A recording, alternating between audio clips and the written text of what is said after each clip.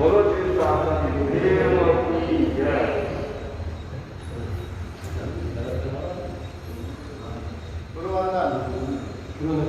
इच्छामि निवासो वन्दे जामिते सिद्धियाय इच्छामि निवासो वन्दे जामिते सिद्धियाय नेदो नामि का स्वरा सुरगत हरिन्द्रव उपसर्जन जागरणो उपरि सामी सारायली आत्मनो लाभे इच्छामि निवासो वन्दे जामिते सिद्धियाय नेदो नामि चर्चा करें संसर्ग अवभूतो में विरलाय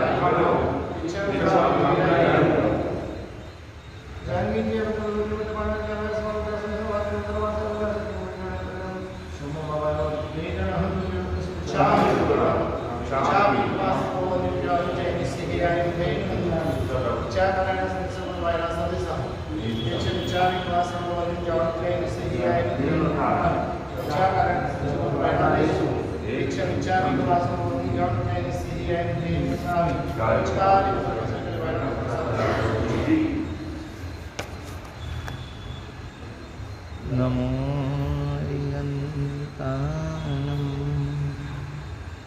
नमो सिद्धानं नमो आयर्याणं नमो उवध्यायानं नमो लोए सवसाहूनम्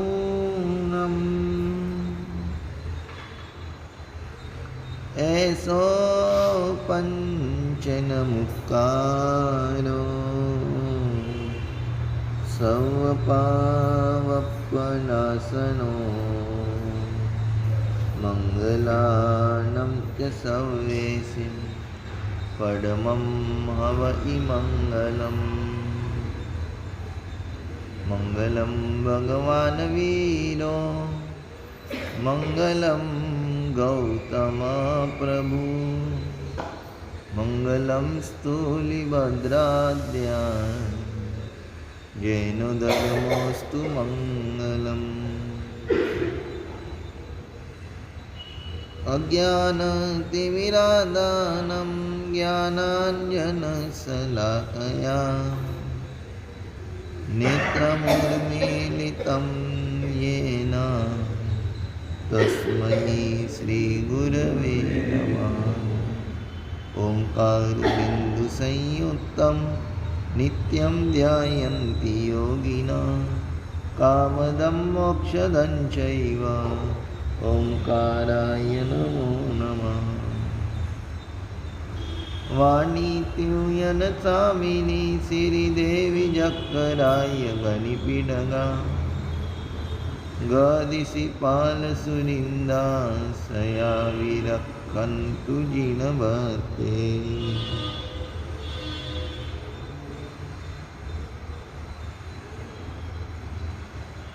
आज के आगमन वाचना के लाभार्थी भाग्यलक्ष्मी सिंह परिवार आगे पधारिएगा। पूज्य आचार्य भगवंत को आज प्रश्न व्याकरण आगम ग्रंथ फैलाया जाएगा। भगवंतों का गुरु पूजन करते हुए पधारिएगा। गुरु जी हमारो अंतरनाथ, गुरु जी हमारो अंतरनाथ, गुरु जी हमारो अंतरनाथ, हमने आपको आशीर्वाद बुद्ध शासन देव की जय। निर्माण के वरदान तप्ता परासिया शेष उवाई तप्ता मायं दिनानं शरणं पुराणं नमामि नित्यं निरवपानं बोधानां सुभगवती वीरपुराभिरामं जीवाहिंसा विरल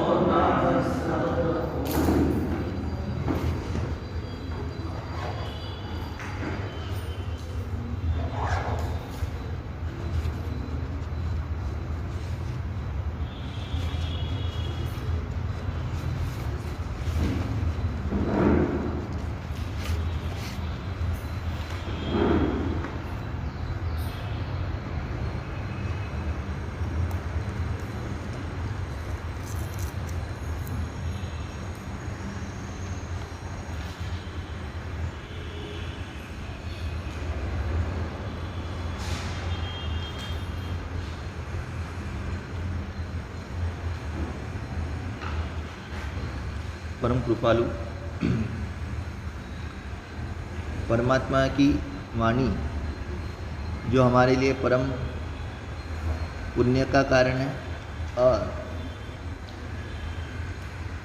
हमारे भव के जो घाती कर्म हैं अनादि के लगे हुए, और वो कर्म भी जिन दोषों के कारण लगे हुए हैं उन दोषों को शुद्ध करने वाली, हमारी आत्मा को पवित्र करने वाली ऐसी परम पावन परमात्मा की वाणी यानी कि 45 आगम, उन 45 आगम को आगम पुरुष के रूप में जब घटित करते हैं तो उसके अंदर 11 अंग के रूप में परमात्मा के मुख्य आगम आचारांग, श्रेणांग, ठाणांग, समवायांग वगैरह आते हैं। उसमें क्रमशः 10 आगम तक, आप 9 आगम तक की कल बात हुई थी।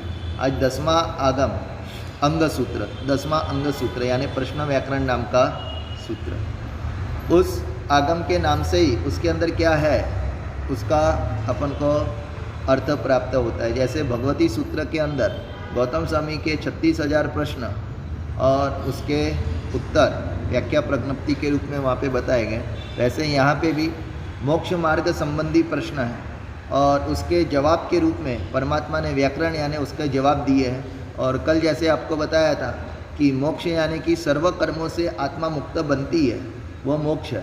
तो उसको वहाँ वो सर्व कर्म से मुक्ति पाने का उपाय क्या, वो मोक्ष का मार्ग क्या, वैसा प्रश्न यहाँ पे करके उसके जवाब के रूप में परमात्मा ने इस आगम के अंदर बताया है कि जैसे गाड़ी वो 2 पहियों से चलती है, साइकिल के लिए 2 पहिए चाहिए, और रेलवे की ट्रेन होती है वो भी 2 पाटे के ऊपर ही चलती है। वैसे परमात्मा का मोक्ष मार्ग भी 2 पहियों के ऊपर रहा हुआ है। एक है संवर नाम का पहिया और एक है निर्जरा नाम का पहिया, एक है संयम नाम का पहिया, एक है तप नाम का पहिया, एक है ज्ञान नाम का पहिया, एक है क्रिया नाम का पहिया। ये दोनों के माध्यम से ही परमात्मा की मोक्ष मार्ग का निर्माण होता है। जो भी आत्माएं आज तक मोक्ष में गए हैं वो सभी आत्माओं ने इसी मार्ग को अपनाया है, संवर का और निर्जरा का। अथवा तो कहो आश्रव वो संसार का मार्ग है और संवर वह मोक्ष का मार्ग है, बंध वो संसार का मार्ग है और निर्जरा वह मोक्ष का मार्ग है। आश्रव की जो प्रवृत्तियाँ बताई गई है, आश्रव के अंदर 5 आश्रव, हिंसा, झूठ, चोरी, शुरुआत के जो आपके 5 पापस्थानक हैं उनको, उन प्रवृत्तियों को 5 आश्रव के रूप में बताई गई है। और उससे जो हम अटकते हैं 5 अनुव्रत के रूप में, 5 महाव्रत के रूप में, उसको संवर के रूप में बताया गया है। यानी उन प्रवृत्तियों से अटकना वो है संवर, और उन प्रवृत्तियों के अंदर लगे रहना और उसके कारण कर्म का आश्रव अपनी आत्मा के अंदर होता रहे, वो है संसार का कारण। संसार यात्रा पूरी जो अपनी चली है, संसार का परिभ्रमण अभी तक जो अपना चालू रहा है अथवा मोक्ष यात्रा का प्रारंभ नहीं हुआ है, उसके पीछे एक विष चक्र रहा हुआ है। वो विष चक्र परमात्मा ने इसके अंदर बताया है कि कर्मों का आश्रव वो सतत आत्मा के ऊपर हो रहा है, और कर्म होते हैं इसलिए आत्मा को वापस जन्म लेना पड़ता है। जो आत्मा कर्म मुक्त बन जाती है उसको वापस जन्मने की जरूर पड़ती नहीं है, और जिसने जन्म लिया है उस व्यक्ति को शरीर मिलेगा, और शरीर आया तो शरीर के साथ में मफत में गिफ्ट के रूप में इंद्रिया भी आ जाएगी, और इंद्रिया मिली है तो इंद्रिया अपने विषय के अंदर प्रवृत्त भी, जब भी विषय का संपर्क होगा इंद्रिया उसके अंदर प्रवृत्ति करना, और जहाँ इंद्रियों की विषयों में प्रवृत्ति होगी वहाँ पे तुरंत राग द्वेष हुए बिना रहेंगे। अच्छा, अगर मनगमता इंद्रियों का विषय मिला तो उसमें राग होगा, और वही अनिष्ट विषय मिला, अनगमता विषय हमको इंद्रियों का मिला, प्रतिकूल विषय मिला, तो उसके अंदर मन में द्वेष हो जाएगा। और ये राग और द्वेष हुए कि तुरंत कर्म बंधन, और कर्म बंधे, कर्म है तो वापिस जन्म भी, और वापिस जन्म है तो शरीर भी मिलेगा, शरीर है तो इंद्रिया भी मिलेगी, इंद्रिया है तो इंद्रिया विषयों के अंदर प्रवृत्त होगी, उसमें वापिस राग द्वेष होंगे, वापिस कर्म बंधेंगे और वापिस जन्म तो ये संसार यात्रा का पूरा चक्र है 6 पहियों का, और इसी के कारण अपना ये जन्म मरण की परंपरा वह संसार के अंदर चल रही है। परमात्मा ने कहा इसको बंद करो और मोक्ष मार्ग के तरफ अगर आगे बढ़ना है तो इन जो ये संसार का जो चक्रव्यूह चल रहा है उसको अटकाने की कोशिश करो। और हाँ यही विष चक्र है। पहले जन्म, उसके बाद में शरीर, शरीर के बाद में इंद्रिय, इंद्रिय के बाद में विषय प्रवृत्ति, और उसके अंदर राग द्वेष, और उसके कारण कर्म बंधन। यानी सबका मूल क्या आया? कर्म बंधन के कारण जन्म हुआ है। इसलिए जन्म भी किसके कारण? अजन्मा क्यों नहीं बन पा रहा है व्यक्ति? तो के कर्म उसके साथ में रहे हुए हैं। और कर्म का भी मूल क्या है? राग और द्वेष, यानी कि अपने अंतर में रहे हुए दोष, भले वो राग के रूप में माया लोभ के रूप में हो या द्वेष के रूप में क्रोध और मान के रूप में हो, ये कसाय ही वो हमारे कर्म बंधन का मूलभूत कारण है। इसीलिए कसाय मुक्ति किल मुक्ति रेव बताया गया है कि जब आत्मा कसाय से मुक्त बनती है तभी सही अर्थ के अंदर उसको मुक्ति की प्राप्ति होती है। कसाय मुक्त बनना यानी राग द्वेष से मुक्त बनना। राग द्वेष से मुक्त आत्मा बनेगी तो कर्म बंधन उसके नहीं होंगे। कर्म नहीं बंधे हुए होंगे तो जन्म भी अटकेगा। जन्म अटका तो शरीर नहीं मिला, शरीर नहीं मिला तो इंद्रिया नहीं मिली, इंद्रिया नहीं मिली तो विषय की प्रवृत्ति अटकी, विषय की प्रवृत्ति नहीं है तो वहाँ पे राग द्वेष भी नहीं है। तो हमको ब्रेक कहाँ लगाने का? कर्म पे। परंतु डायरेक्ट कर्म के ऊपर ब्रेक लगाने के लिए कोई भी जाता है तो ब्रेक लगता नहीं है। आप कहेंगे कि मैं राग द्वेष करूंगा और मुझे कर्म नहीं बंधे, तो वो पॉसिबल डायरेक्ट कर्म बंधना अटकता नहीं है। कर्म बंधन को अगर अटकाना है तो पहले ब्रेक कहाँ पे लगाना? अब आप कहेंगे मैं इंद्रियों की विषयों में प्रवृत्ति करूंगा लेकिन मुझे राग द्वेष ना हो, तो वो भी पॉसिबल नहीं है। इसलिए अगर राग द्वेष को कम करना है, हमारे दोषों को कम करना है, तो हमको क्या करना? उसके लिए इंद्रियों के विषय की प्रवृत्ति अटकाना। तो अब कोई कहेगा साहब इंद्रिया मिली है तो वो तो विषय में प्रवृत्त होने की है, तो उसको अटकाना है यानी क्या? इंद्रिय को फोड़ देना, आँख को फोड़ देना, कान को तोड़ देना। अन्यों के अंदर बहुत बार इस प्रकार के प्रायश्चित भी बताए गए। जैसे बीच में आपको बताया था कुमारपाल महाराजा जब वाटी दाल का वड़ा या गेवर खा रहे हैं और उनको खाते खाते मांस की स्मृति हो गई तो पत्थर लेकर के, बड़ा पत्थर लेकर के सीधे उपाश्रय में गए और गुरुदेव को पूछा कि मेरे दांत में तोड़ देता हूँ। गुरु महाराज ने कहा क्यों, क्या हुआ? हाँ, तो उन्होंने कहा कि ये दांतों तल चबाते चबाते मुझे भूतकाल में किए हुए मांसाहार की स्मृति हो गई, इसलिए गुनाह किसका है? उसी को मूल से उखेड़ देता हूँ। हाँ, तो नेक्स्ट टाइम ऐसी भूल होगी नहीं। तब हेमचंद्राचार्य महाराज ने क्या कहा? ये योग्य तरीका है राग द्वेष को ख़त्म करने का। इंद्रियों को फोड़ देने मात्र से, तोड़ देने मात्र से कभी वो होते नहीं है। इसलिए अपने यहाँ पे यह मार्ग नहीं बताया गया। हेमचंद्राचार्य महाराज ने कहा कि पत्ते को निकाल दोगे, फल फूल को निकाल दोगे, लेकिन मूल अगर ऐसे ही है तो वापस नए पत्ते फूल तो अगर तुमको इसका निवेड़ा लाना है तो मूल को उखेड़ने का काम करो। मूल ये नहीं है दांत, मूल कौन है? मन है। मन के अंदर वो भाव आए हैं, और वो मन के अंदर भी भाव क्यों आए? गलत संस्कार अंदर में पड़े हुए हैं। वो गलत संस्कार किस कारण से पड़े? गलत प्रवृत्ति के सातत्य के कारण। अब अगर हमको उन संस्कारों को खत्म करना है तो सर्वप्रथम गलत प्रवृत्तियों के ऊपर प्रतिबंध लाना चाहिए। और उसके लिए उन्होंने कुमारपाल महाराजा को कहा कि इसके प्रायश्चित के रूप में सर्वप्रथम तुम प्रतिज्ञा ले लो कि ज़िंदगी में कभी भी जो आइटम वापरते तुमको वो गलत विचार आए, वो आइटम वापरना नहीं। दांत को तोड़ने की जरूरत नहीं है, परंतु पहले वो आइटम का जावत जीव का त्याग ले लो। उसकी उन्होंने प्रतिज्ञा उसको दे दी और फिर समझाया कि दांत तो नौकर है, मालिक कौन है? अपनी आत्मा, अपना मन। समझ में आया? उसको ऑर्डर मिला तब दांतों ने चबाया। तो अगर नौकर कोई गुनाह करता है तो नौकर को डरने के बदले उस नौकर को वैसा चिट्ठी का चाकर करने का जिसने ऑर्डर दिया है वो सेठी गुनहगार गिना जाता है।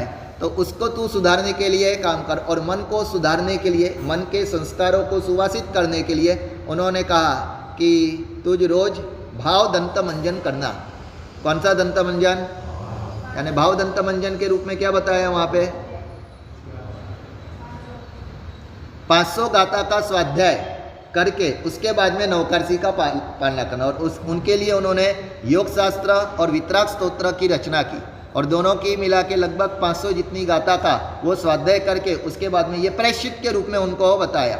मन को शुद्धिकरण का उपाय स्वाध्याय है।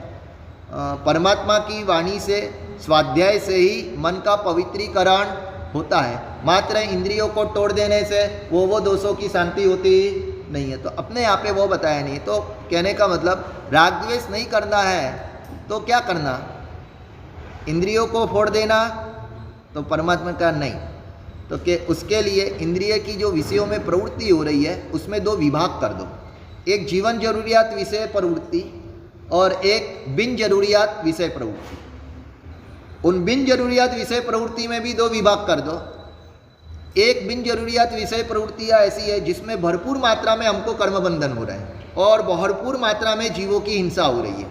और दूसरी भी बिन जरूरी विषय प्रवृत्ति है लेकिन उसमें अल्प हिंसा है अथवा तो अल्प कर्म बंधन है।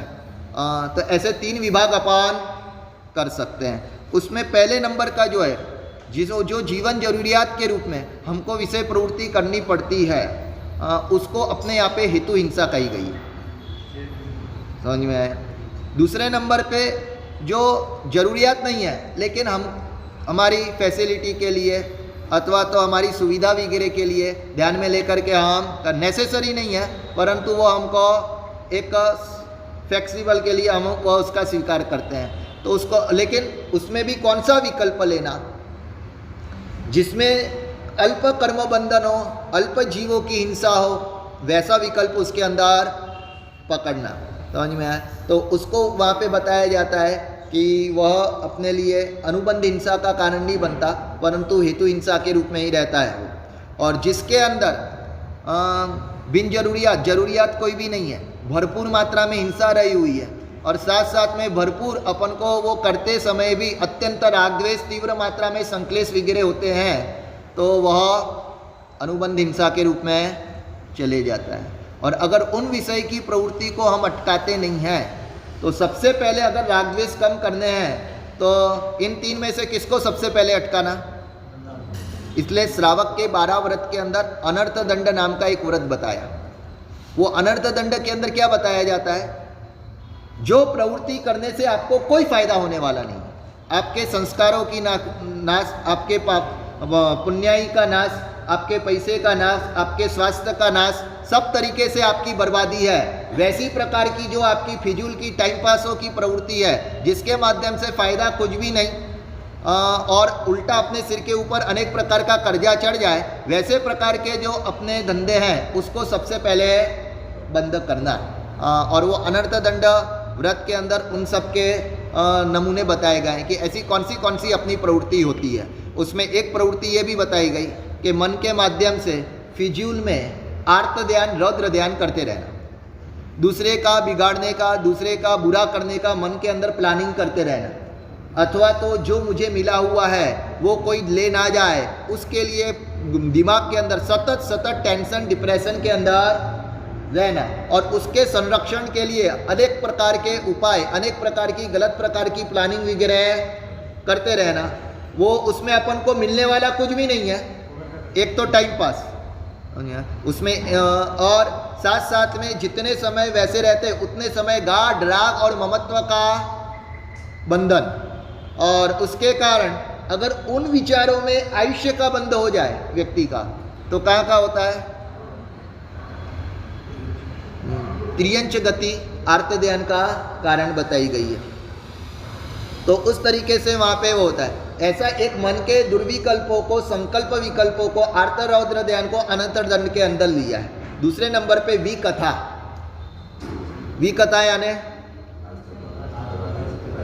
जो बातों करने से हमको कोई भी फायदा नहीं है, मात्र हमारे राग द्वेष की वृद्धि है, वैसी प्रशंसा के निंदा की बातें करने के माध्यम से, भले वो अपने गांव की हो, बाहर गांव की हो, अपने देश की हो या बाहर के देश की हो, वैसी जो भी पंचायती में समय पसार अपना होता है उसके अंदर टाइम पास भरपूर मात्रा के अंदर, और जितनी निंदा अथवा तो फालतू की प्रशंसा, दोषों की प्रशंसा जितनी भी हो, उसके माध्यम से अपन को उनकी अनुमोदना का पाप भी साथ में लग जाता है। और फिजूल में अपनी आत्मा बिन खादे बिन भोगवे फोगट कर्म बंधाए, करेगा पाप तो कोई, लेकिन उसकी निंदा और प्रशंसा करके हम अपनी आत्मा को पाप से लिप्त करने का काम विकता के माध्यम से करेंगे।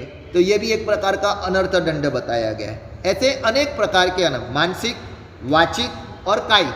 कायिक के अंदर कौन से अनर्थ दंड? जो कायिक पाप करने से हमको कोई फायदा नहीं होता है, मात्र और मात्र नुकसान ही होता है, उस प्रकार के कायिक पापों को हमको त्याग करना। उसमें 5 इंद्रिय के पांचों विषय में, उसमें अपन रत्नेंद्रिय के ऊपर विचार करें तो अपने जीवन जरूरियात के लिए खाने की कितनी आवश्यकता अपन को, भोजन की। कितने व्यक्ति को कहते हैं रात्रि भोजन का त्याग करो तो भी वो उनको चक्कर आता है, और वो बहुत बार बोलते हैं कि नहीं साहब ये हमसे हो पाएगा नहीं। उनको तब पूछा जाता है, रात को खाने वाला व्यक्ति और आजीवन रात का खाने का त्याग करने वाला व्यक्ति, दोनों के शरीर के अंदर जब तपास करते हैं तो ऐसा होता है कि रात्रि भोजन करने वाले का हीमोग्लोबिन बहुत ज़्यादा आता है, और उसने जिसने त्याग कर दिया उसका एकदम कम हो गया, वाइट सेल कम हो गए, रेड सेल कम हो गए, विटामिन कम हो गया, प्रोटीन कम हो गया। शरीर की आवश्यकता में, जरूरियात में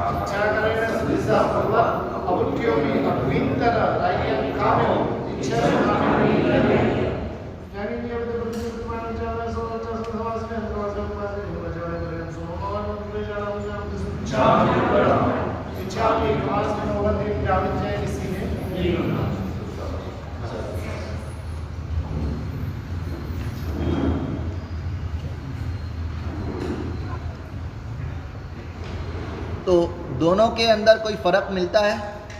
यानी शरीर क्या बोलता है कि मेरी आवश्यकता तो मात्र दिन के भोजन से भी पूरी हो सकती है। अब ये रात्रि का जो एक्स्ट्रा भोजन किया जाता है वो किस में आएगा, अर्थदंड में या अनर्थ दंड में?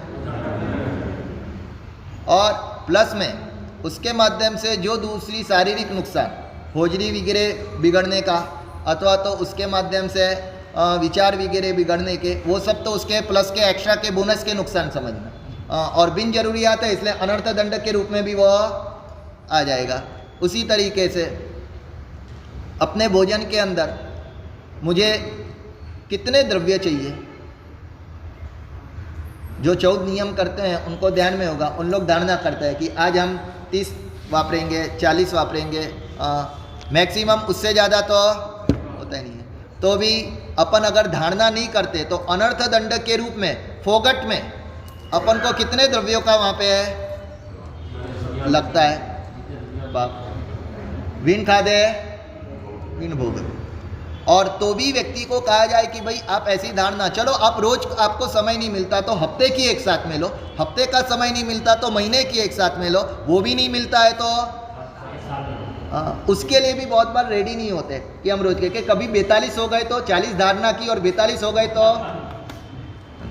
इस प्रकार के मन की अभिप्सा अभिलाषा के कारण वो कब होंगे मालूम नहीं है, परंतु उसका मिनिमम कर्म बंधन वो हर समय चालू रहता है। ये सब अनर्थ दंड के अंदर आते हैं। कल आपने दृष्टांत सुना था, धन्ना अंगार जी का।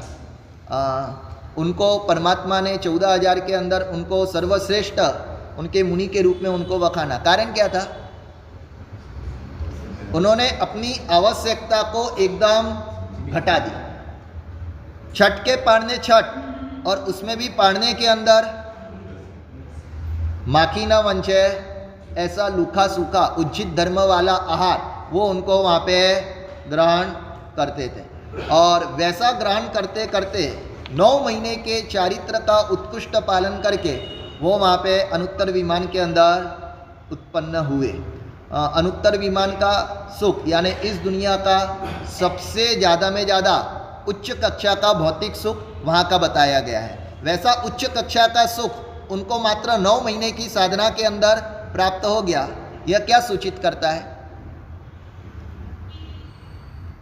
जो व्यक्ति छोड़ता है उसको सामने से तो तप त्याग करने वाला व्यक्ति जब भी आराधना साधना के माध्यम से उन वस्तुओं का त्याग करता है तो नास्तिक की दृष्टि से ऐसा देखा जाए तो उसने मूर्खामी का काम किया कि अच्छी योजरी मिली थी, अच्छा सब कुछ था, तो भी उसने छोड़ दिया। लेकिन ज्ञानियों की दृष्टि से देखा जाए तो वहाँ पे बुद्धिमत्ता का काम है या मूर्खामी का काम है? मिला हुआ सामने से जो छोड़ता है उस व्यक्ति को मोक्ष जब तक प्राप्त नहीं होता वहां तक कर्म सत्ता सामने से उसने जितना त्याग किया है उससे हजारों लाखों करोड़ों असंख्य अनंत गुना ज्यादा उसको देने के लिए रेडी होती है। और जो व्यक्ति सामने से इस प्रकार का परित्याग नहीं करता उसका क्या होता है? कर्म सत्ता उसको बहुत बार सामने से त्याग, नेक्स्ट भाव में त्याग कराएगी, बाद में बहुत बार इस भाव के अंदर भी त्याग, इच्छा हो या ना हो, वैसा ना हो। उसके लिए परमात्मा अपन को कहते हैं कि सामने से संवर के अंदर आओ, सामने से निर्जरा के अंदर आओ। अगर संवर और निर्जरा के भाव के अंदर अपन होंगे तो सामने से हमको वो त्याग के परिणाम भी खड़े होंगे। और जो सामने से किया जाता है उसमें सकाम निर्जरा, और जो जबरदस्ती करने में आता है उसके अंदर अकाम निर्जरा। भिखारी को 3 दिन भूखा रहना पड़े, उसको कुछ खाने को ना मिले तो उसके लिए अकाम निर्जरा। और वो का वो अपन अट्ठम का तप करे तो अपने लिए कोई व्यक्ति को पैरालिसिस हो जाए अथवा तो ऐसी कोई गंभीर बीमारी हो जाए जिसके कारण वो कुछ भी ना खा पाए और मात्र लिक्विड पे रहना पड़े और 9 महीने ऐसे निकल जाए तो उसको अनुत्तरोपपातिक देवलोक की प्राप्ति होगी धन्ना जी की तरह? क्यों नहीं होगी? वहाँ पे स्वेच्छा से नहीं है, नहीं है और करना पड़ रहा है, वो अकाम निजरा। और है और अपन करते हैं उसके अंदर सकाम निजरा बताई गई है। तो इस प्रकार की सकाम निजरा का मार्ग ये प्रश्न व्याकरण सूत्र के अंदर यहाँ पे बताया गया, उसके ऊपर विशेष विचार।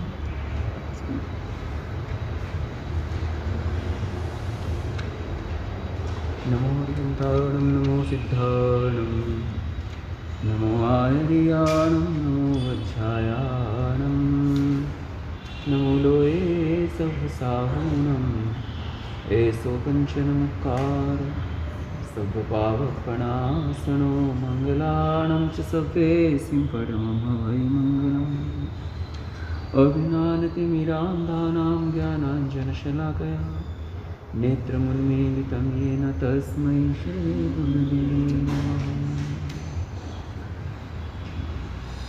आगम वाचना की प्रणालिका के अंदर 10वां आगम जिसका नाम प्रश्न व्याकरण। प्रश्न मतलब कि अनेक तरह की विद्या है, अनेक तरह की विद्या जिसके अंदर पहले बताई गई हुई वैसा यह आगम प्रश्न व्याकरण। जैसे अंगुष्ठ विद्या, अंगुष्ठ के अंदर देव का अवतरण करके प्रश्न पूछे जाते हैं और उसका जवाब मिल जाए। उसी तरह जमीन की विद्या, कौन सी जमीन के अंदर किस तरह का धन वगैरह रहा हुआ है, वो विद्या। ठीक इसी तरह व्यक्ति के चेहरे को देखकर उसके भूत भविष्य को कहने की वर्तमान में एक नई टेक्नोलॉजी आई है, नाम दिमाग से निकल गया। जैसे साइकोलॉजी है, कॉस्मोलॉजी है, एस्ट्रोनॉमी है, वैसे मात्र चेहरे को देखकर उसका ब्रॉडकास्टिंग किया जाता है कि इसने क्या किया है, क्या करेगा। 1 साल पहले ही इसके ऊपर साइंटिफिकों ने बहुत अच्छा रिसर्च किया है, लेकिन उसके अंदर बहुत से असत्यों की संभावनाएं रहती है। प्रश्न व्याकरण ग्रंथ के अंदर ऐसे ऐसी विद्याओं का विधान था, अभी नहीं है, क्योंकि समय बीतता चला, गंभीरता घटती चली, तुच्छता, क्षुद्रता, अभिमान बढ़ता चला। इसकी वजह से इसके अंदर में रहे हुए जो तथ्यपूर्ण विद्याएं थी, ये विद्याएं अलोप सी हो गई। तो अभी क्या बचा है इसके अंदर, इस ग्रंथ के अंदर अभी क्या रहा होगा? तो यह बता रहे हैं, द्वादशांगी का निस्यंद रहा होगा। निस्यंद मतलब झरना, निस्यंद मतलब जूस। या एग्जाम्पल दे रहे हैं, जैसे खजूर का फल होता है तो उसका निस्यंद झरना निकले, आम का रस निकले, तो उसके अंदर बहुत ही सामर्थ्य और शक्ति रही हुई है। वैसे द्वादशांगी का रहस्य जिसके अंदर रहा हुआ है, वैसे ही यहाँ पर बात बताएंगे। वो रहस्य एक ही लाइन में बता रहा हूँ। आश्रव और संवर का निश्चय करना और आश्रव और संवर से बचना, मतलब आश्रम से बचना और संवर के अंदर प्रवेश करना, यही प्रश्न व्याकरण के अंदर पूरा बताया जाएगा। आश्रव और संवर का स्वरूप जिसके अंदर विस्तार से बताया गया है, वह ग्रंथ है प्रश्न व्याकरण नाम का आगम। अब ये जो आगम की रचना हुई तो किनके बीच में हुई? तो क्या सुधर्मा और जम्बू स्वामी के बीच में। कुछ आगम ऐसे जो परमात्मा महावीर और गौतम स्वामी के बीच में बने, कुछ आगम ऐसे जो गौतम स्वामी और सुधर्मा स्वामी के बीच में बने, और कुछ आगम की रचना सुधर्मा और जम्बू स्वामी। मतलब जम्बू स्वामी ने प्रश्न पूछा, सुधर्मा स्वामी ने जवाब दिया। सुधर्मा स्वामी ने प्रश्न पूछा, प्रभु महावीर ने जवाब दिया। या गौतम स्वामी ने प्रश्न पूछा, प्रभु महावीर ने जवाब दिया। इस तरह एक आपको बताया था पर्व क्रम संबंध। क्या होता है पर्व क्रम संबंध? बोलो भाई, आज आप बोलो, हमको थोड़ा रेस्ट मिल जाएगा। पर्व क्रम संबंध क्या बताया था?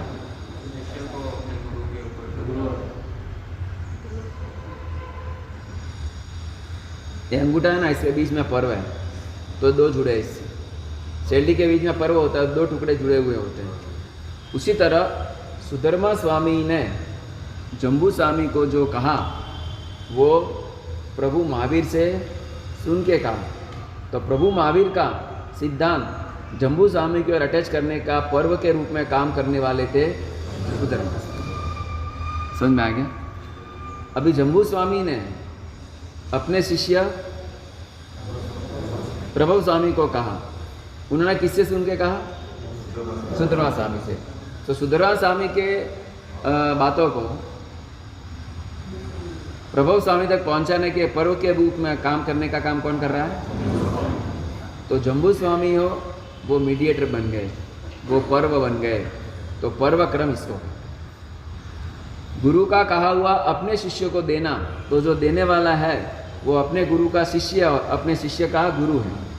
तो अपने शिष्य का गुरु और अपने गुरु का शिष्य जो है डबल रोल वाला, डबल रोल में ड्यूअल रोल नहीं, लेकिन 2 तरह के अच्छे काम।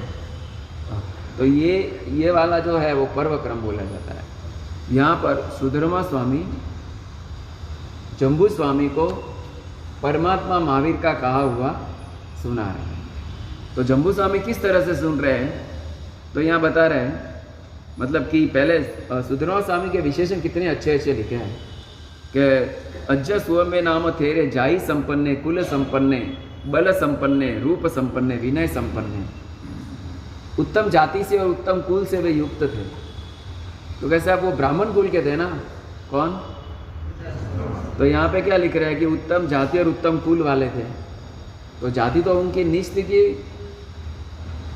बोलो ब्राह्मण कुल किस में आता है? उच्च जाति में आता है कि नीच जाति में आता है? नीच। लेकिन वर्तमान में ऐसा क्या नाम है? क्योंकि ब्राह्मणों का अभी ज्ञान ध्यान विद्या वगैरह के अंदर बहुत ही विकास हो चुका है, इसके लिए उसको उच्च जाति कैटेगरी में ही रखना पड़ेगा। उस काल में कदाच रखा होगा, लेकिन जब से ब्राह्मणों की दीक्षा हुई 4411 और उसके बाद परंपराएं बहुत उत्तम चली, ब्राह्मणों की विद्या की परंपरा, इसके लिए उनको उच्च के अंदर ही अपेक्षा से समझना चाहिए। संपत्ति नहीं अपेक्षा, संपत्ति संपत्ति हाँ वो ठीक, वैभव संपत्ति की अपेक्षा से वो हीन है, वो अलग बात हो गई, लेकिन विद्या नाम का गुण उनके पास प्रबल कक्षा का है, इसके लिए उनको उच्च जाति की अपेक्षा से यहाँ पे, क्योंकि वे बहुत ही चौक विद्या के स्वामी थे, इसके लिए उनकी जाति भी उत्तम है, इस तरह से यहाँ निर्दिष्ट किया जाता है।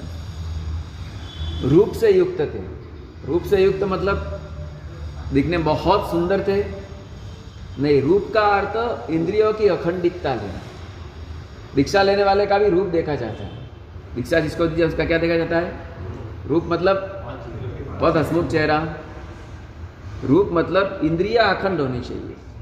दीक्षा लेते वक्त उसको कान सुनाई नहीं दे रहा है, तो दीक्षा लेने के समय में ही सुनाई नहीं देगा तो वो तो चलेंगे ना, बाद में हो जाए वो अलग बात है। बाद में अगर कान की प्रॉब्लम हो गई तो उसका कोई तोड़ नहीं है, लेकिन पहले अगर पता हो 5 इंद्रिय में कहीं ना कहीं बड़ी खोट है, छोटी खोट चलेगी लेकिन बड़ी खोट, इसलिए रूप संपन्न। और आगे बता रहे ज्ञान संपन्न, दर्शन संपन्न, और उसमें बता रहे कि क्रोध को जीतने वाले, मान को जीतने वाले, माया को जीतने वाले, परिसर को जीतने वाले, ऐसे अलग अलग करके 30 विशेषण बता दिए, 25 से 30 विशेषण। किनके? सुधर्मा स्वामी के।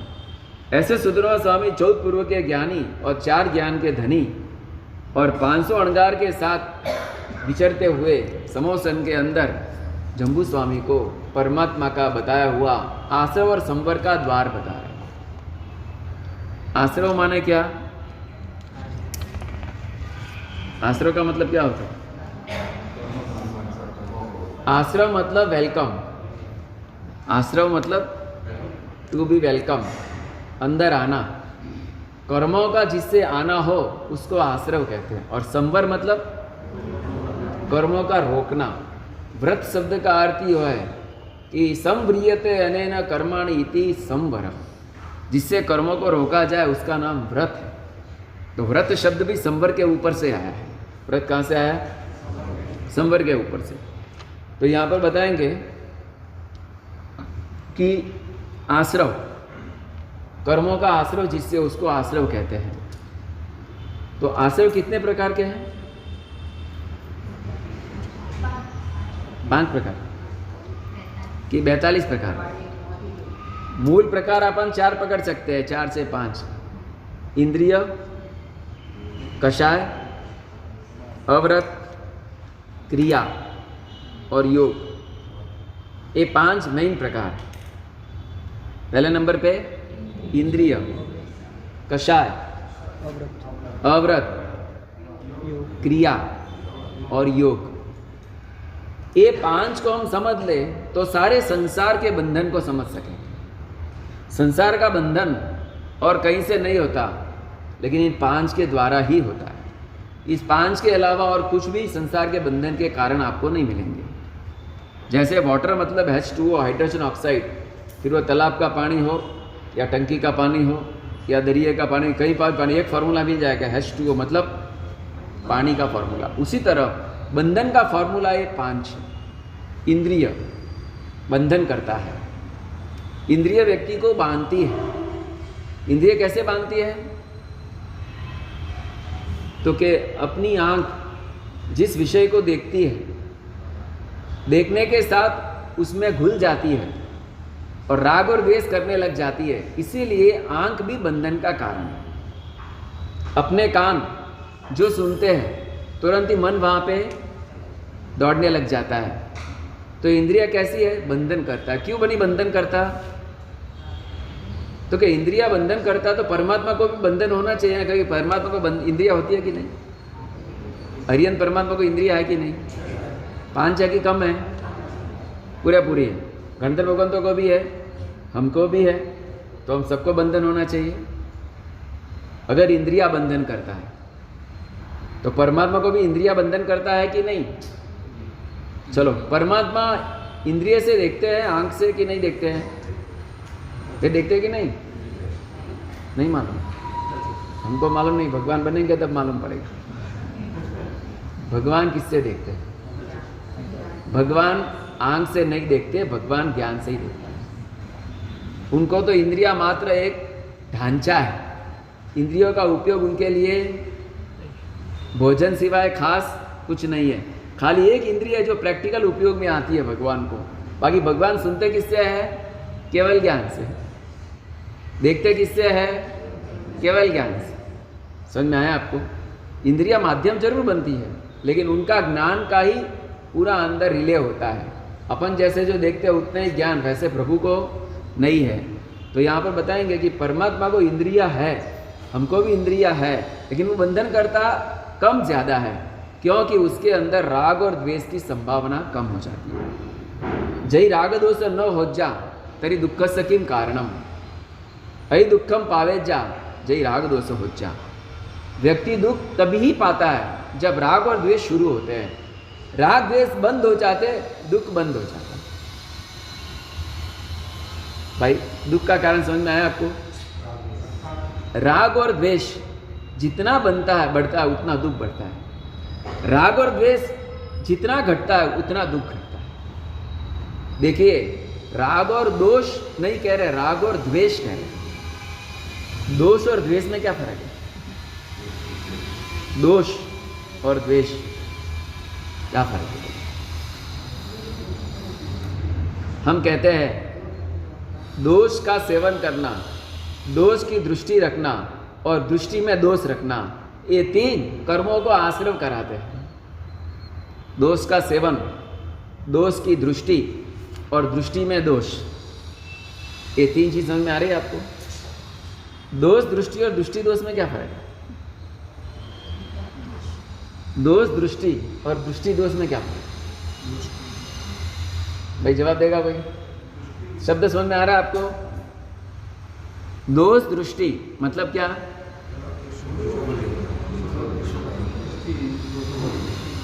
एक मस्त उपवन है, उसके बाजू ही गली के अंदर बाजू के एक कीचड़ का भी स्थान रहा हुआ है। तो मैंने दोनों को देखा, लेकिन मैं कीचड़ को देख देख कर बहुत मन के अंदर संताप करो कि कैसा बेकार कीचड़ है, कैसी बदबू आती होगी, वहाँ पे लोग कैसे रहते होंगे। लेकिन मेरा नजरिया उपवन पे नहीं जा रहा है, तो मेरी दृष्टि कैसी है? दोष दृष्टि। समझ में आ गया आपको? पत्रिका मेरे हाथ में आई, किसी के शादी की होगी या किसी के दीक्षा की होगी, तो बेकार कलर मैचिंग है, कलर मैचिंग नहीं, पत्रिका का फेंको। ये कौन सी दृष्टि है? दोष दृष्टि है। लेकिन अगर मैंने गुण दृष्टि रखी होती तो मैं पत्रिका कम से कम खोलता, और कलर के ऊपर से कोई पत्रिका का मैं वैल्यू करूंगा नहीं। मैं देखूंगा उसमें कुछ लिखा हुआ क्या, अच्छा जरा देख लेते हैं। तो शादी की पत्रिका में लिखा था कि हमारे वहाँ पे रात्रि भोज की सख्त मनाही है। क्या लिखा था शादी की पत्रिका में? क्या लिखा था? रात्रि भोज की सख्त मनाही है, रिसेप्शन और शादी दोनों दिन को ही होंगे। बोलो भाई, अच्छा लिखा। अब हमने क्या किया? पहले नंबर पे पत्रिका को रिजेक्ट कर दिया। क्या रिजेक्ट किया? कलर मैच नहीं है, कोई साइज भी ठिकाने बगैर की है, ये पत्रिका कैसे बनाई है, इन लोगों का पैसा पानी में डाल दिया। बनाने वाला प्रिंटर भी मूर्ख और बनाने वाला सेठ भी मूर्ख, तो तू कौन है? तू महामूर्ख। पर पंचायत को सुन सुन के बहुत बार मन के अंदर द्वेष करना, इसका नाम है द्वेष दृष्टि, दोष दृष्टि। तो भाई तू खोल के दो कितना अच्छा लिखा, वो तो पकड़ तू। भोजन लेकर आए, ये क्या हीरा बनाया है ने, भाई बनाना टनाटन आइटम बनाना था, क्या हीरो बनाई हुई और जूनू जूनू खानू बनाई हुई, बराबर है। हीरा ने, बूंदी ने, गोटिया ने, कोई खावा रहा था ही। लेकिन बाद में मालूम पड़ा कि भाई दूध के अंदर तो डीडी पाउडर पड़ा था, फट गया, इसके लिए वो नो प्रॉब्लम, नो प्रॉब्लम। व्यक्ति बहुत बार मात्र दोष के नजरिए से वस्तु को देखता है तो मन में संताप के सिवाय कुछ नहीं मिलता है। अच्छा, दृष्टि दोष क्या? दोष दृष्टि में आ गया आपको? आप दृष्टि दोष बोलो भाई, आप कुछ तो बोलो। है वो तो दोषों को ही देखना, वो आ गया दोष दृष्टि। दृष्टि दोष मतलब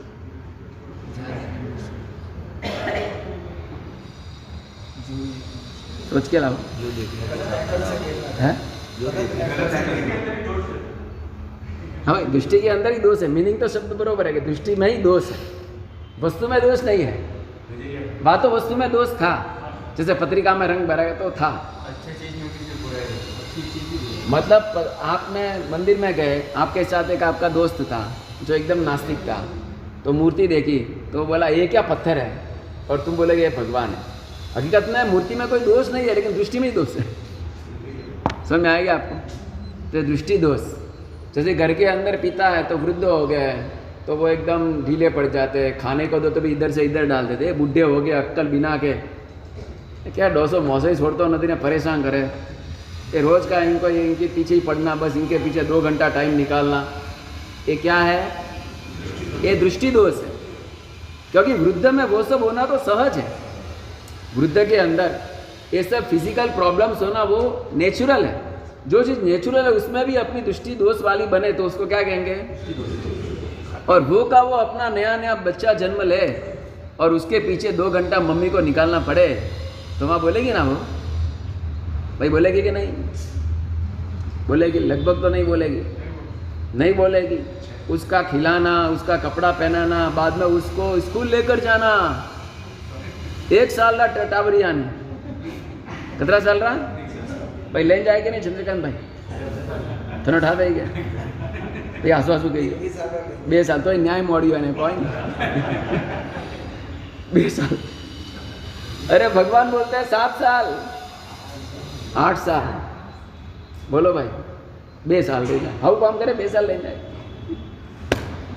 अब 2 साल के बच्चे को स्कूल ले जाने वाली मम्मी उसके पीछे टाइम कितना निकाल दिया कि नहीं भाई? व्याख्यान में कहीं नहीं आता है हमारे साथ टाबरिया ने का, बराबर है। तो मैं ये कहता हूँ कि वृद्ध के लिए ऐसी सोच और बेटे के लिए वैसी सोच, समय दोनों में दे रहे हैं। ऐसा क्यों? बस वही क्या है? दृष्टि दोष। तो ये दृष्टि, दृष्टि दोष और दोष तीनों आश्रव कराते हैं। तो दोष कौन से हैं? इंद्रिय के 5 दोष, अवरत के 5 अवरत। अवरत 5 कौन से? हिंसा, असत्य, चोरी, अभ्रम और परिग्रह, ये 5 अवरत है। प्रश्न व्याकरण ग्रंथ के अंदर हिंसा के 30 तरह के नाम बताए, असत्य के 30 तरह के नाम बताए, चोरी के 30 नाम बताए, अभ्रम के 30 नाम बताए और परिग्रह के 30 नाम, 30 नेम्स। मतलब कि जिसको हम बोलेंगे पर्यायवाची नाम। कैसे नाम? जैसे भगवान को अरियंत भी कहते हैं, तीर्थंकर भी कहते हैं, 3 लोक के नाथ भी कहते हैं, वितरागी कहते हैं, ऐसे अलग अलग शब्द से बोलते हैं। मुनि को साधु बोलते हैं, श्रमण बोलते हैं। तो यहाँ पर पहला जो व्रत है उसका विरोधी अव्रत हिंसा। तो हिंसा को अलग अलग नामों से बोला है। पहला नाम बोला गया है प्राणवध, दूसरा नाम बोला है उन्मूलन करना। उन्मूलन करना मतलब कि जैसे झाड़ को मूल से निकालते तो वो भी हिंसा का प्रकार। तीसरा बहुत मस्त अर्थ किया, शब्द किया विश्वास भंग। कौन सा भंग? विश्वास भंग। जैसे बालक मेरे पेट में आया, स्त्री के पेट में आया और उसने वध कर दिया तो विश्वास भंग किया ना? तो विश्वास भंग किया कि नहीं? बराबर है। चौथे नंबर पे आत्महत्या, ये भी हिंसा का ही प्रकार है भाई। जैसे दूसरे की हत्या करने में पाप लगता है वैसे स्व की हत्या करने में भी पाप लगता है। 5वें नंबर पे प्रमाद, घात, उपद्रव करना किसी के ऊपर और किसी को ऐसे शब्द बोलना जिससे कि उसको मरने की नौबत आ जाए, ऐसे शब्द। ये सब क्या है? आरम समारम, आरम समारम करना और असंयम का सेवन करना। इस तरह से अलग अलग तरह के हिंसा के शब्द यहाँ पर बताए गए हैं। हिंसा की परिभाषा क्या है? पहले हिंसा की परिभाषा समझ लो कि जगत में सबसे पाप की शुरुआत पहले किसी से होती है तो वो हिंसा से होती है। इसलिए पहला व्रत कौन सा है? अहिंसा महाव्रत। तो अपनी बात यह है कि हिंसा की परिभाषा क्या है। तत्वार्थ सूत्र पढ़ा होगा तो उसमें लिखा है प्रमत्त योग योगात प्राण व्यपरोपणम हिंसा। 3 कंडीशन। प्रमादी व्यक्ति मन वचन काया के योग से सामने वाले के प्राण का नाश करे, उसको नाम हिंसा करेंगे। ये हिंसा की जैन शासन की ऑथेंटिक परिभाषा है। हिंसा का मतलब खाली जीव को मारना हिंसा बोलेंगे ना तो पूजा भी बंद हो जाएगी। हिंसा का मतलब एकदम बेसिक अर्थ करेंगे कि भाई जीव का मारना उसका नाम है हिंसा, तो मंदिर की पूजा भी कुछ संप्रदाय वालों ने यही नाम लेकर मंदिर की पूजा बंद कर दी ना। मंदिर बनाना नहीं, प्रतिमा बनाना नहीं, फूल पूजा वगैरह करना नहीं, क्योंकि उसमें वाह, तो उनको जाके बोलना कि अपना धर्म स्थानक भी बनाना नहीं, क्योंकि धर्म स्थानक बनाने में भी हिंसा तो होगी ना। गुरु भगवान को लेने जाओ, गुरु भगवान की सेवा के लिए गाड़ी लेकर जाओ, तो गाड़ी के निमित्त गुरु के निमित्त गाड़ी की हिंसा हुई ना, हिंसा होगी कि नहीं। तो यहाँ पर तो कहते हैं कि संसार में कदम भी आगे पीछे करो तो हिंसा तो हो ही जाती है। तो मात्र जीव को मारना हिंसा कहेंगे तो पूजा भी बंद हो जाएगी, अरे दीक्षा का कार्यक्रम भी बंद हो जाएगा, क्योंकि उस कार्यक्रम में भी तो हिंसा होती है। बरोबर है भाई। और अपने प्रश्न जो ये पढ़ा था कौन सा आगम भगवती, उसमें लिखा था कि किसी साधु साध्वी के लिए अगर श्राविका उनके लिए ही आहार बनाए, कारण सर ग्लान है, वृद्ध है, नूतन मुनि है, अथवा तो अशक्त है, अथवा तो आचार्य आदि है, अथवा तो विहार करके आए हैं, थके भूखे हैं, अथवा तो बहुत भीषण तप किया गया है, ऐसे ऐसे संजोगों में कभी कभार उनके लिए आहार पानी बनाना भी, समझ में आ गया कौन से टर्म्स बताएं आपको। तो वैसे संजोगों में अगर बहनें आहार बनाए और साधु को वहराए तो अधिक निर्जरा की भागिनी बनती है और अल्प बंध की भागिनी बनती है।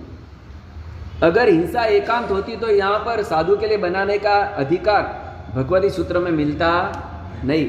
इसलिए हिंसा आधु अधूरी कभी ना समझे, इसलिए लोग बोलने लगे अहिंसा परमो धर्म। बोलना मत, अहिंसा परमो धर्म से आगे भी बहुत परमो धर्म है। अहिंसा से भी आगे वाणी किसकी महान है, बोलो भाई। अहिंसा से आगे बढ़ता है आचार परमो धर्म, आचार से आगे बढ़ता है आज्ञा परमो धर्म। कौन सा परमो धर्म, आज्ञा परमो धर्म। और आगे और महत्वपूर्ण बात क्षमा परमो धर्म। अब बोलो भाई, हिंसा ही अहिंसा परमो धर्म बोलेंगे तो आज्ञा के साथ लेना देनी हो जाए, आज्ञा से साथ ही अपना कोई बंधन न रहे, वैसी अहिंसा भी काम की। अगर ऐसा होता तो नमूची को उड़ाने के लिए विष्णु कुमार 1 लाख योजन का लंबा शरीर क्यों करते। समझ में आया। अगर अहिंसा एकांति शुष्क होती जैन शासन में तो कालिकाचार्य साध्वी जी की सुरक्षा के लिए गर्दबिल्ल राजा के सामने फाइट करने का जाहिर क्यों करते। भले खुद ने नहीं की फाइट, लेकिन तैयार तो की टीम सारी। किसने तैयार की है, कालिकाचार्य ने टीम तैयार की है। महीनों तक आजू बाजू में फिर के वैसे वैसे बंदों को तैयार किया है। कैसे बंदों को तैयार किया है, शब्द वेदी विद्या। कैसी विद्या, कुछ लोग अंध थे तो अंधों की टोली में गए, सैन्य मिल नहीं रहा था, गर्दबिल का सैन्य बहुत विकराल है, उसके सामने कोई सैन्य की संख्या नहीं मिल रही है, अंधों की टोली में गए, अंधों को इकट्ठा किया, मैं आपको विद्या सिखाऊंगा और राजा आपको वेतन देता रहेगा। कौन सी विद्या, शब्द वेदी विद्या। मतलब कहाँ से शब्द आता हो सैनिकों का, अरे उस धनुष की आवाज आती हो, वह शब्द आप सुनकर वहां डालोगे बांध तो बांध चले जाएगा देखे बिना। इस तरह की विद्या वगैरह सिखाई तो उसमें हिंसा को पोषण तो मिला ना, हिंसा को सपोर्ट तो मिला ना। लेकिन जैन शासन कहता है कि सूखी अहिंसा यहाँ किसी काम की नहीं। हाँ, कैसी अहिंसा भाई, शुष्क अहिंसा। कोई साधु महाराज गिर गए तो उनको अब लेकर गाड़ी में बैठाएंगे तो पाप लगेगा, इसके लिए गाड़ी में बैठाना बरोबर है ना। तो इस तरह की भाई गाड़ी में कौन से महाराज सब बैठते हैं, बहुत बीमार है वो कि साझे है वो, बहुत बीमार है वो, साझे भी बैठेंगे कि नहीं बैठेंगे, बैठेंगे ही ना, साथ में हेल्प करने के लिए बैठना ही पड़ेगा। तो कोई पूछे कि साझे महाराज गाड़ी में बैठे थे, अच्छा क्या ही खराब किया भाई, अच्छा क्या ही खराब किया, अरे बहुत अच्छा किया। क्योंकि वो जो बीमार था ना, उसकी जो मूवमेंट लास्ट में ऐसी आ गई तो उसको निर्यामना कौन कराएगा? अथवा तो उसको ऊपर वहाँ हॉस्पिटल में लेकर के वहाँ उसकी सेवा चाकरी करने वाला कोई तो चाहिए ना, नहीं तो डॉक्टर क्या कहेंगे, लो ये बेचारे महाराज अकेले। दीक्षा दी तब तो लाखों लोग इनका महोत्सव में जुड़े थे और अभी ऐसे कैसे पड़ गए? तो लोग में क्या होगा? धर्म की निंदा होगी फर्स्ट नंबर, साधु को असमाधि होगी सेकंड नंबर, बरोबर है। और साधु के मन में ऐसा आ गया कि अरे अरे अरे लास्ट में मेरे को अकेला छोड़ दिया, कैसा है जैन धर्म, और मर गया समझो तो दुर्लभ बोधिपना मिलेगा, वो तीसरी टर्म्स। बात यह है, प्रभु का शासन कहता है सुखी हिंसा, यहाँ पर अहिंसा नहीं चलती, अहिंसा परमो धर्म। अहिंसा की परिभाषा, हिंसा की परिभाषा समझ में आ गई आपको? प्रमत्त योगात प्राण व्यपरोपणम, 3 टर्म्स। हिंसा तभी होती है जब व्यक्ति प्रमाद में रहता है। अगर जागरूक होकर जीव की रक्षा करने के इरादे से अगर हिंसा का सहारा ले भी ले तो हिंसा अहिंसा है।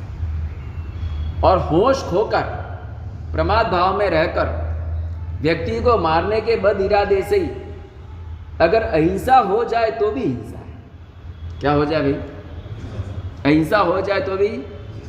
ट्रक वाला जा रहा है, उसके मन में साधु का द्वेष था कि साधु को मुझे उड़ाना है, लेकिन वो ट्रक लगाते लगाते वो साधु को लगा ही नहीं, ट्रक ऐसे हो गई, साधु ऐसे चले गए और साधु को कुछ भी हुआ नहीं। तो ट्रक चलाने वाले को हिंसा का दोष लगेगा कि नहीं? लगेगा। और एक ऐसा है कि साधु को न लगे, जैसे बहुत बार ऐसा है, आपके कोई कुत्ता आ गया, कुत्ता को तो आपने गाड़ी सीधे डाइवर्ट कर दी, बहुत संभाली गाड़ी को, लेकिन जाके कुत्ते को बेचारे को इंजरी तो हो ही गई, लेकिन फिर भी आपने तुरंत ही उसको कुत्ते को अपनी गाड़ी में बैठा के एनिमल वहाँ पे लेके गए और सुरक्षा के लिए उसको एडमिट किया, उसका खर्चा वगैरह किया। तो कुत्ते को जो लगी वो थोड़ी सी जो हिंसा हुई, वो हिंसा भी इतनी हिंसा नहीं लगी। हालांकि संसार में बैठा तो हिंसा का दोष तो लगेगा ही, लेकिन वहाँ पर उसको बचाने का जो आपका प्रयत्न है ना, वो हिंसा की वैल्यू को बहुत ही डाउन में ले जाता है। ये अहिंसा नाम का पहला द्वार आश्रम को रोकने का है। इसलिए जैन शासन कहता है कि साधु के धर्म की शुरुआत अहिंसा से होती है। अहिंसा से आगे कौन है? आचार्य। जैसे वर्तमान के अंदर महाराज साहब आपके घरों में मतलब कि गर्म पानी होता तो नीचे रसोड़ा चलता, तो गर्म पानी महाराज साहब के लिए होता, तो पानी की हिंसा होती है ना, वायु का अग्नि की हिंसा होती है ना, बरोबर है। लेकिन चारित्र की रक्षा के लिए और घर में लोग पानी पीना बंद कर दिए और पानी मिलना, पक्का पानी बंद हो गया, ऐसे सब संजोगों के अंदर अगर ऐसा सहारा लेना पड़े तो चारित्र की रक्षा के लिए लेने में कोई भी दोष नहीं है। बात यह है जो भी अल्प हो प्रायश्चित लेकर शुद्ध हो जाते हैं। पहला नंबर है अहिंसा नाम का महाव्रत। अब दूसरा आश्रम का द्वार कौन सा है? झूठ। झूठ के 30 शब्द बताए। कितने भाई? झूठ के 30 शब्द बताए। पहला बताया गया है लुच्ची भाषा बोलना। कैसी भाषा? ओके, लुच्चे लोग होते हैं ना, बहुत बोलते हैं। क्या करते हैं? बहुत बोलते हैं। तो एक हमारा प्रवचन पूरा हो तो एक लड़का आया, 6 साल का था, यहाँ नहीं दूसरे संघ की बात है। महाराज साहब आपने लुच्ची भाषा बोली। बोलो क्यों भाई? आपने बोला जो बहुत बोलता है वो लुच्चा होता है। ये भगवान, कहाँ का कहाँ? बहुत बोले वो लुच्चा, बहुत बोले लुच्चा। ऐसे नहीं, कारण कुछ है नहीं और खाली एक वाक्य में काम निपटाना है। तो भी एक वाक्य किसने बोलता है? 10 वाक्य बोलता है, बरोबर है। काम निकालना है, इसके लिए काम निकालने के लिए मीठा मीठा बोले, उसको क्या कहेंगे? लुच्ची भाषा। और दूसरे में बता रहे अनार्य भाषा। अनार्य भाषा मतलब जैसे बच्चे बात बात के अंदर गाल बोलते हैं, स्टूपिड, नॉनसेंस, नो सेंस, ऐसा बोलते रहते हैं, बरोबर है। तो बहुत बार ऐसे शब्दों का, अनार्य शब्दों का प्रयोग करना, वो अनार्य नाम की असत्य की भाषा है। तीसरी बता रहे हैं कि रॉन्ग सेंस निकले वैसी भाषा बोलना। कैसा सेंस निकले? Wrong sense. जैसे कि वो रमेश भाई उमेश भाई को मिलने के लिए गए, तो उमेश भाई तो थे नहीं, तो उसका बेटा था चिंटू। ए चिंटू, बापा क्या છે? अरे बापा तो ऊपर पहुंची गया। अरे क्યારે પહોંચ્યા? શું થયું? કેવી રીતે થયું? अरे ऊपर पहुंची गया। अरे क्યારે પણ ઘરમાં કઈ લાગતું તો છે ને, કોઈ રડતું નથી, હસતું, ऊपर क्या पहुंची गया? उसकी वाइफ अंदर रसोई कर रही थी। क्या हुआ? किसकी बात चल रही है? तो क्या उमेश भाई ऊपर पहुंची गया? तो क्या 7वें माले ऊपर गया છે? क्या 7th फ्लोर में गए, ऊपर गए। अब ऊपर गए बोलना, उसकी जगह क्या बोला, ऊपर पहुंची क्या। देखो पहुंची क्या और ऊपर क्या फर्क है ना। गिरी गया। उसी तरह वो हम कोल्हापुर में एक बार गए थे, तो हमने बोला भाई हमीचंद जी क्या चाहिए। हमीचंद जी उस समय थोड़े प्रतिष्ठित ट्रस्टी थे। तो बोलते कि हमीचंद जी तो गुजरी गया। अरे क्या रे गुजरी गया, अरे गुजरी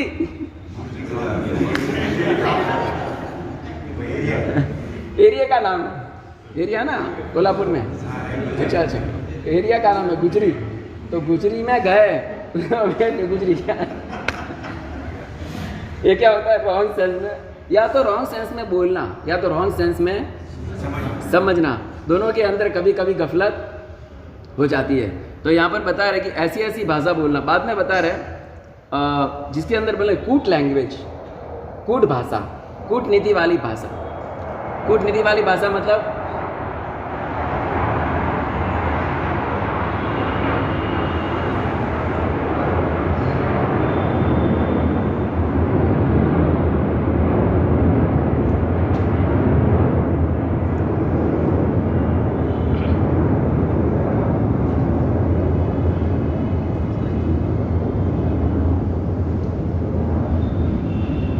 हम सुनते हैं कि कुणाल ने बहुत अच्छा गान छेड़ा, बहुत अच्छा संगीत चलाया और अशोक राजा खुश हो गए। अशोक राजा खुश हो गए। तो अशोक राजा ने पर्दे के पीछे वो संगीत कर रहा था क्योंकि वो अंध है करके, और उसको पता है कि मेरे पिता है, तो मेरे पिता के सामने मैं अंधा होकर गाऊंगा तो पिता नर्वस हो जाएंगे। और उस वक्त तो उसने ऐसा सुंदर गीत गाया तो अशोक राजा के मुंह से निकल गया कि भाई तुझे क्या चाहिए बोल।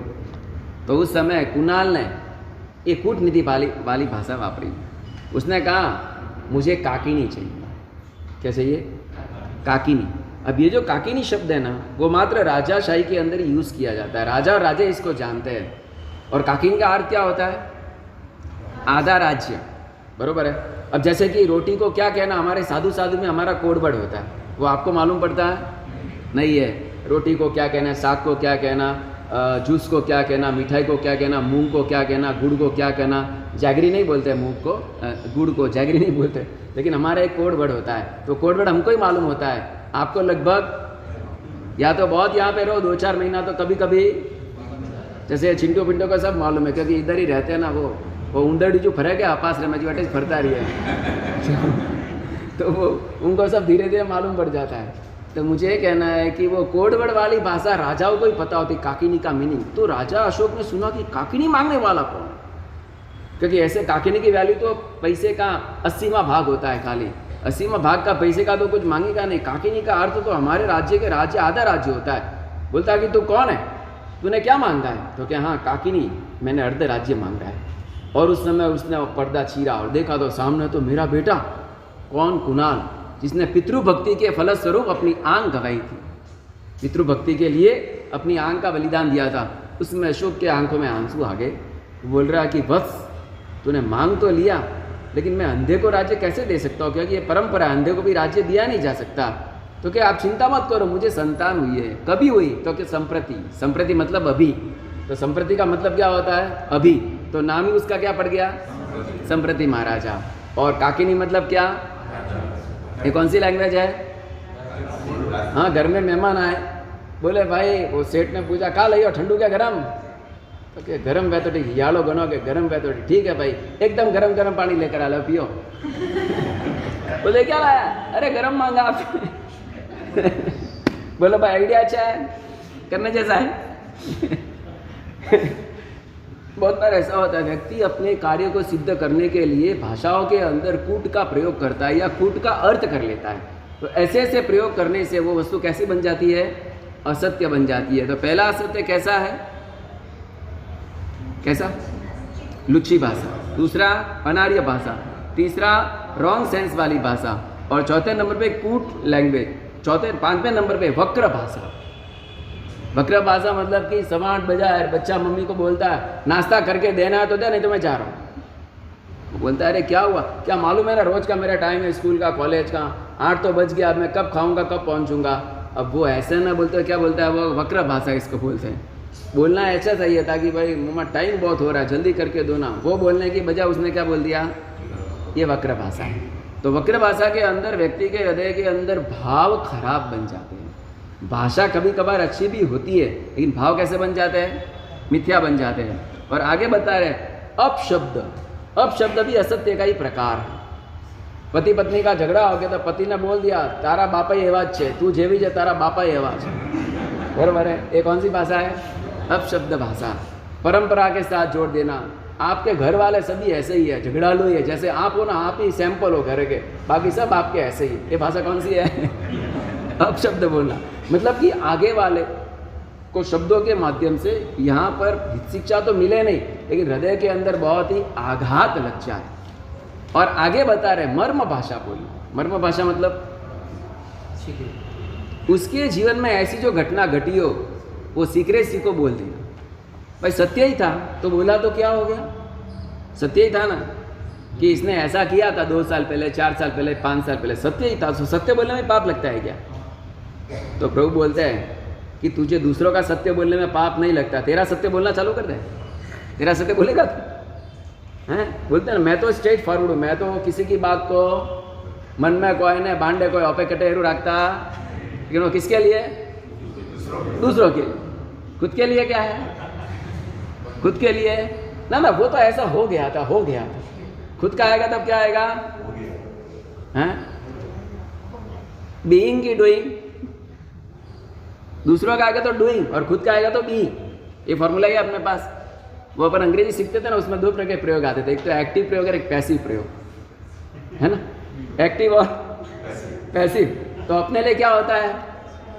पैसिव, और आगे वाले के लिए एक्टिव। ऐसे होता है ना, ते आला जूता गमावी ना क्या, ते आला कपड़े का भी तोड़ी ना की, तूने दूध ढोल दिया, तूने टीवी फेंक दिया, ये कर दिया, और खुद से हुआ तो टीवी टूटी गयो, दूध ढली गयो।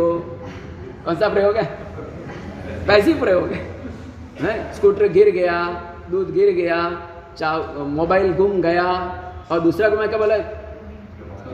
तूने मोबाइल घुमा दिया, है ना? बराबर है। ये क्या हो रहा है? कौन सी भाषा है? बोलो भाई, मर्म भाषा।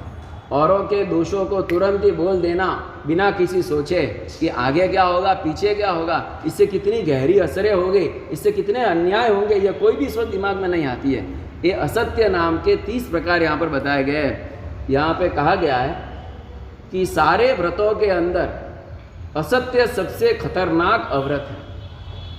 असत्य सबसे खतरनाक अव्रत है। क्यों? तो कि कोई भी दोष का सेवन करने के बाद अगर व्यक्ति उसको सत्य का सहारा लेकर क्लियर कर दे तो उसकी शुद्धि हो जाती है।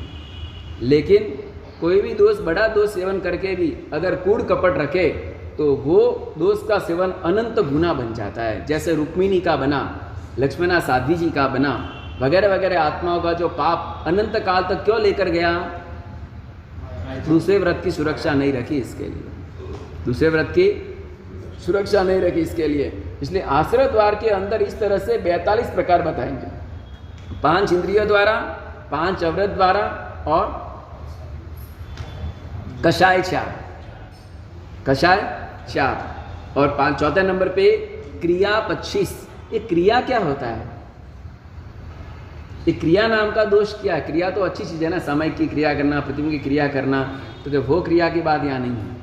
यहाँ पर 25 नाम की क्रिया बताएंगे जिसके अंदर ज़्यादातर मानसिक विचार ऐसे होते हैं, उसके आधार पर इनको क्रिया का नाम दिया गया। मानसिक विचारों के अंदर अलग अलग तरह की वृत्तियाँ जहाँ बनती है विचारों के अंदर, उसको क्रियाएँ कहेंगे।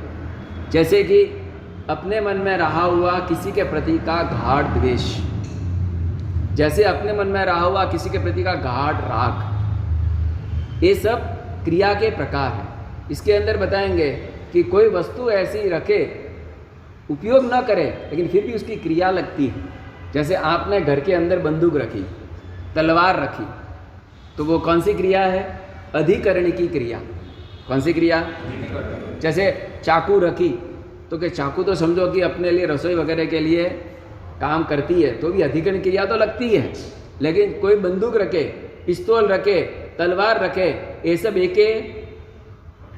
AK-44। बोलो भाई, मुन्ना साहब जेल में क्यों गए? मुन्ना इसी के लिए गया ना, संजय दत्त। AK-47 रखा इसके लिए कि चलाया इसके लिए? रखा इसके लिए। देखिए, जैन शासन कहता है अधिकरण की क्रिया, कि घर के अंदर ऐसे साधन रखने से, अरे अमेरिका के अंदर, यूएसए के अंदर कितने छोटे छोटे बच्चों ने कितनों के खून कर दिए।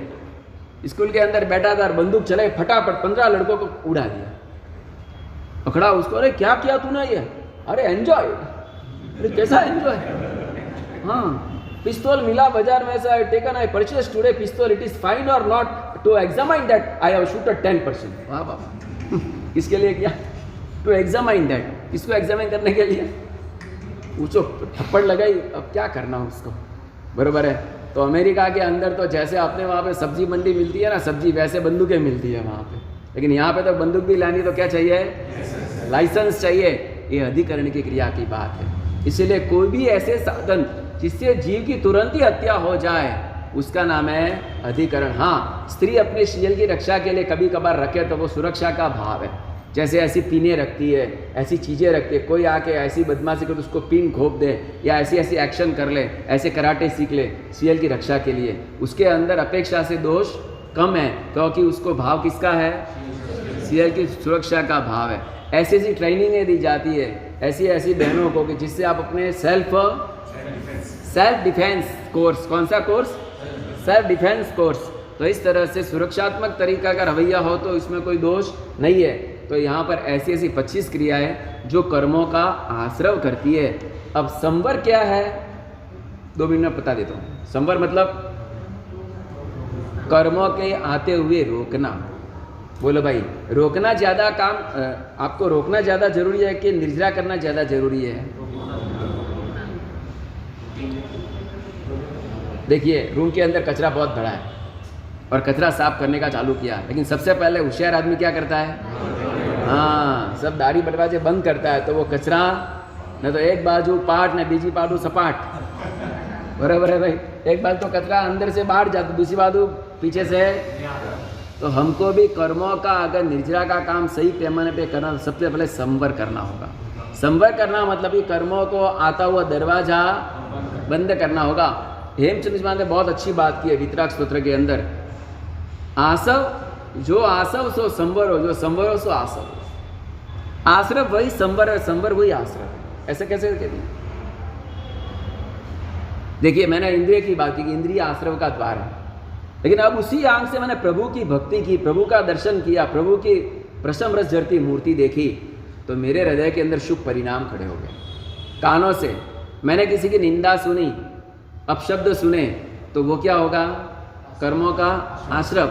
और उससे प्रभु की वाणी सुनी, किसी की प्रशंसा सुनी, तो तुरंत ही संवार हो जाएगा। ये शरीर है, इससे मैंने भोग सुख की वस्तुएं खाई तो बंधन आश्रव, और मैंने आइम्बिल कर दिया तो नहीं। कब से करने वाले हो? क्यों? पहले करो तो क्या तकलीफ? पहला आटम है, कोई नहीं, आटम में एक्स्ट्रा कर लो। ऐसे भी क्या करते हैं मालूम? थोड़ा अपन बाजार में सामान लेने जाते हैं ना, समझो कि आपने 25 किलो 20 किलो साग लिया, तो बाद में क्या करते हो भाई? थोड़ा कोतमरी थे ना, थोड़ा मरचा थे ना, बराबर है ना भाई? मुझे मालूम है, मैंने देखा हुआ है पहले। वो दूध वाले को भी नहीं छोड़ते हैं। अब तो ठीक है, कोतली सिस्टम आ गया है, बाकी वो दूध निकाल के देता ना उसके अंदर से 10 लीटर के बाद थोड़ा आधा लीटर में डालना है, बराबर है भाई? तो 3 के ऊपर 1 आम्बिल फ्री, बराबर? 3 के ऊपर कोई बात नहीं, एक्स्ट्रा मत देना आप, क्योंकि अपन पक्के लोग हैं, पक्के बनिए हैं। प्रभाव नाम में डबल चलेगा, लेकिन तपस्या में तो सिंगल ही चलेगा। तो 3 आम्बिल। हाँ देखो भाई, अब इतनी बड़ी मास्कवन की तपस्या करें, 30 उपवास खाली, ज़्यादा नहीं। कितने भाई? गनवाम कितनी टाइम लागे? 1 2 3 4 5 गनवाम कितनी टाइम लागे भाई? 30 सेकंड भी नहीं लगती ना, बराबर है? तो गिनने में तो 30 सेकंड भी लगती नहीं है, पचकान लेने में तो आधी मिनट लगती है, लेकिन पचकान करो तब मालूम पड़े कि भाई तब कैसे होता है। और उसके अंदर भी देखो भाई, हमारी गोचरी की मांडली बैठी हो तो मस्त सुगंध आती हो, और महाराज साहब तो उधर ही बैठते हैं। भाई कहाँ बैठते हैं मालूम है? अभी उन्होंने जगह बदल दिया, बड़े होशियार है। जगह बदल के वो बाजू वाली जगह में हॉल पे बीच में आ गए, लेकिन वो तो गुरु आज्ञा से आते हैं। लेकिन वो विधि है कि भाई 3 उपवास के बाद भोजनम दर्शनम न क्रियते, किम न क्रियते। इसीलिए 3 उपवास के बाद गोचरी भेजने का भी हमारे वहाँ पे इनकार किया जाता है कि 3 उपवास के बाद आपको गोचरी भेजेंगे, मतलब कंटिन्यूस करने हो तो, क्योंकि उसके कारण है कि 3 उपवास के बाद भेजेंगे तो शक्ति भी रहेगी कि नहीं, और देखने के बाद मन भी थोड़ा ललचा जा सकता है, क्योंकि भोजन खाने की संज्ञा 4 कारण से बताई गई है। कितने कारण से? एक तो भोजन का दर्शन, एक भोजन की बातों का श्रवण सुनना, कि काले पिपला मुँह रह के हूट है के लाड़ू का बनाइया कहले, ऐसा सुनते तो भी खाने की इच्छा। हाँ, तो भोजन की कथा सुनना, भोजन का दर्शन करना, और तीसरे नंबर पे सुगंध। तो बहनों को तकलीफ हो जाएगा। पहले खाया हुआ हो उसको याद करना, स्मरणम, दर्शनम, श्रवणम, स्मरणम। और चौथे नंबर पे क्षुधा वेदनीय का उदय होना। जैसे क्रूर मुनि को तीनों नहीं थे, लेकिन क्षुधा वेदनीय का उदय खतरनाक था, क्योंकि उपाश्रय में तब खाना का दिखने कहाँ से मिलेगा। उपाश्रय में तो सब त्यागी लगभग होते हैं। दोपहर को खाया तो ठीक है, बाकी तो पूरे दिन तो रसोड़े के बासन बचते हैं, और आपके घर में तो बैंड बाजा बजता ही रहता है। सुबह वाला नाश्ता वाला अलग, 11 वाला नाश्ता वाला अलग, 3 बजे नाश्ता वाला अलग, અને 4 बजे खावा वाला अलग, रात्र 8 बजे खावा वाला अलग, बना वाला एक वन मैंसन खावा वाला, बरोबर है। उनको धन्यवाद देना पड़ता है, बेचारे रसोई बना के भी आंबिल करते हैं, उपवास करते हैं, अट्ठम करते हैं, मास्कमन करते हैं, बरोबर है। पर वो धीरज भाई के घर गए तो हमने बोला थे काम करो, बोलते मैं खाऊँ इसीलिए तो उपवास कर सकती है। जोरदार है। मैं बोला ये खाती, ये उपवास क्यों करते? मैं खाता हूँ इसके लिए उपवास करती है। मेरे बोला अभी एक काम कर, तू बंद कर दे, खा रही है तू, उपवास चालू कर दे। हैं बहुत हकीकत में अज्ञान। कहना ये है कि भोजन के निमित्त को लेकर भी तप करना बहुत बड़ी चैलेंज है। तो ये बहनों को तो घर के अंदर रसोई बनानी देखनी, फिर भी वे उपवास वगैरह करते हैं, आपको थोड़ा इजी रहेगा, इजी रहेगा ना, क्योंकि आपको रसोई बनानी कि बनानी पड़े तो जो हाथ उसो करो कने लाभ मिले घरे बनाओ रो भाई। हैं तो कहने का मतलब है कि आंबिल की व्यवस्था भी हो जाएगी, घर में कोई आंबिल की व्यवस्था करने की ज़रूरत नहीं है। और आंबिल में आइटम भी 5 स्टार। कौन सा आइटम भाई? 7 स्टार। स्टार क्यों बोलते हैं मालूम? 5 स्टार क्यों बोलते हैं? आज का टाइम हो गया। आंबिल के कौन से स्टार है कल देखेंगे अपन। और आंबिल का तप भी बहुत ही सात्विक, वैज्ञानिक और संयमी तप है। ऐसा ये तप करके अपने जीवन को धन्य बनाए। फटाफट नाम लिखाना शुरू कर दे। देखिए नाम लिखेंगे तो ऑटोमेटिक भाव बनेंगे, घनी बार भाव बनता नहीं, नाम लगा हुआ एटले। पर पहले दिन चालू तो कर लो, फिर देखते हैं क्या होता है। किस तरह आंबिल करना उसकी रूपरेखा कल से बताएंगे, लेकिन अपना नाम लिखा कुछ। बोले श्री धर्मनाथ भगवान की जय।